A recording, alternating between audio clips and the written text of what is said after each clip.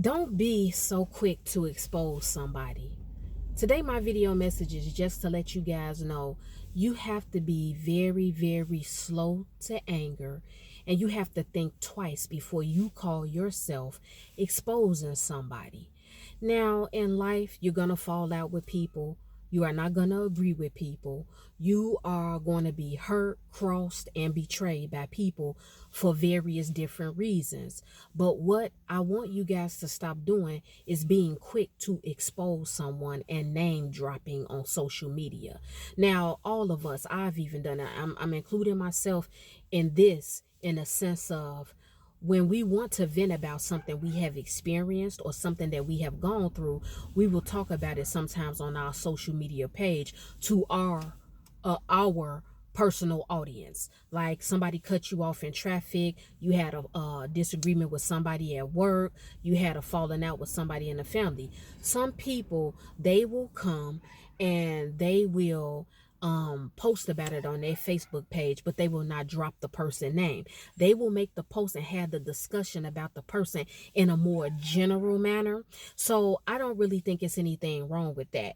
But I am addressing those of you who have situations with people and you fall out with them, or you all have a argument with each other, or a friendship or relationship stops, and because you're hurt about it, and because you're bitter about it, and because you're angry about it, or you feel like and believe you were treated unfairly, you will then try to humiliate, shame, and embarrass that person by talking about them and exposing their failures and their shortcomings on social media. Or you'll expose it to just people, period. It's not just on social media, but other mutual friends that you guys share, other exes that you know they went out with or they dated, or their ex-husband or ex-wife, or other co-workers or church members or neighbors. You will begin to expose their shortcomings and things that they struggle with or things that they failed at, different things like that. But I'm here to tell you, you know where you've been, but you do not know where you're going. You guys have to be careful always trying to expose people, because today, while you're up and you're flourishing and you truly believe that the level you're at right now today, you will always be at that level, don't get comfortable, because life sometimes deals you cards that are not fair. Sometimes people fall, people fail, we make mistakes, we change our mind about certain things. Today we feel one way about something, and tomorrow we'll feel a way about another situation. Sometimes we connect to certain people in our lives, and then they will cause certain devastations and losses in our life. But what I'm saying is that you all have to stop always trying to expose people, because even if you look at the celebrity world, those celebrities that have been exposed for doing various different things, the people that are exposing them or showing receipts, as they say, that stuff is short lived. It does nothing, it goes nowhere. And what happens after a while, once it dies down and the dust settles and the smoke clears, that person gets right back up, gets put right back on, and they continue and move on with their life. And the person that exposed them, they are forgotten about. Nobody's thinking about them anymore. Nobody's talking about them. So us as everyday average men and women that's walking around and we are not celebrities, you can't think for 1 second because you went on your Facebook page and you showed some pictures that you took of the inside of somebody's house, or you told something about someone you fell out with that'll make people laugh, or people like, oh my God, that is so shocking. I did not know that about him. I did not know that about her. For a little while, it'll circulate and people will talk about them. Some people will laugh. Some people will have a perception of them. Some people will cut them off because of what you told. But you know what? It doesn't go anywhere. And I want you guys to tell me, if you've been this evil and this spiteful and this revengeful to go and expose someone, where did it get you in life? What changed in your life for the better? What shifted in your life for the better? For a little while, you felt okay. You felt happy because you wanted them to feel your pain. You wanted them to feel your hurt. You were offended, so now you wanted to offend them. If they cried tears behind you exposing them, that felt good to you. You got a release. You gloated out of it. But again, what did it do for your life? How did it change your life? Did you get more money? Did you gain more friends? Was your health restored? Were your finances restored? Did you get a higher level position at your job? Did God do something awesome for you after you've exposed someone? Or did you just get the pats on the back and the yeses and the amens and some juicy gossip for probably a couple of weeks, a couple of months, and then after it died down, something else transpired and took place? See, when you're out here exposing people and you're trying to humiliate people that you're pissed off at and you're trying to make them look bad, you don't know.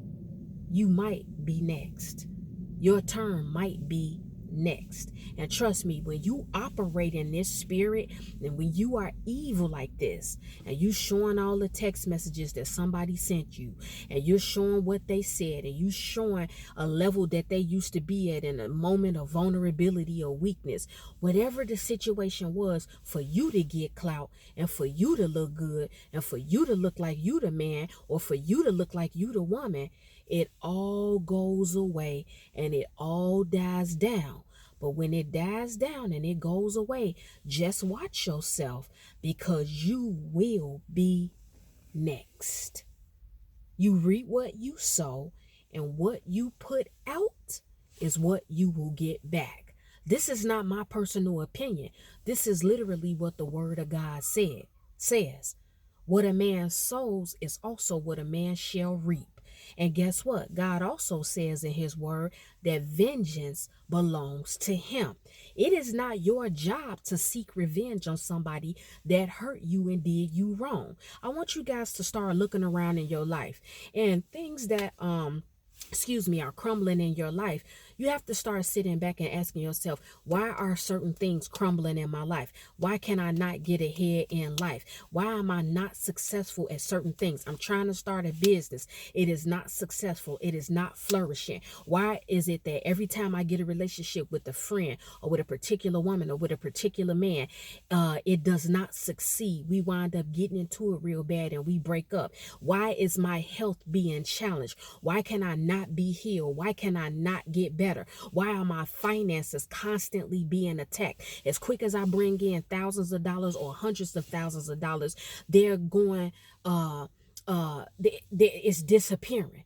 It's kind of like it's a open basket. As quick as money comes in, it's falling right out and it's disappearing, and I'm back at square one. You all have to start looking around in your life and seeing if you are truthfully flourishing in your life, because it could simply be because you have a spiteful and vengeful spirit and heart. Let God handle these people that do you wrong. Now, I know that's a long stretch for a lot of people. I know this is a long stretch because in our flesh, and I've been guilty of it many years ago, when somebody makes us angry and they hurt us, we do sometimes want them to feel our pain. Because usually when somebody cuts you off or they reject you or they make you cry, they hurt you and break your heart, because they're the one that's doing it to you, they don't feel the pain and they move on with their life. But you are still harboring that pain. You're still harboring that anger and you cannot move forward. And so you want them to feel that pain. I understand it. I think if every single one of us as a human being admits it, that is something that we've all experienced. But then, when you really look around, there are some people, they live, eat, sleep, and breathe to be revengeful and to be spiteful. And you know what they call it in 2022? Getting their lick back. Oh, I'm going to get my lick back. I'm going to get my lick back. Oh, I always get my lick back. When she do this to me, I'm going to make sure I get my lick back. When he do that to me, I'm going to get my lick back. You know what? Guys, I tell you all the time, grow up, elevate. You have to it literally takes time and energy to be evil. It takes time and energy to premeditate how you're going to get revenge on somebody that did you wrong. But when I tell you, I am a living witness. When I tell you, when you just sit back and chill and continue to mind your business and give it to God and you pray and you let God handle it, you can never get revenge and be spiteful at a level God can. And first of all, God's not going to be spiteful. So let me remove that, because that's not biblical. That's not what God is. But God will put out revenge. That is literally in the word of God. But you can't pay somebody back like God can. So that's what my video message is. If you are a spiteful and revengeful type person, I talked to you guys about this years ago, but I'm rehashing it again and telling you guys again, just don't be so quick to expose people. Some stuff you got to let die down, and that's part of your humility. Part of your humility in life is going to be the fact that you cannot continue to address everything and everybody. There are going to be so many situations where you have to humbly just be quiet. You have to humbly be quiet, take your L, be silent, cry in your alone time, wipe your face, dry your eyes, honey, and then you have to get up and move on with your life. Stop putting energy into trying to get these people back. Well, guys, it's time for me to go. I'm not going to stay away from you all long. Hope you enjoyed the video. And if you guys are mad at me today because of what I just released to you, don't worry, because I promise you, tomorrow, you'll forgive me.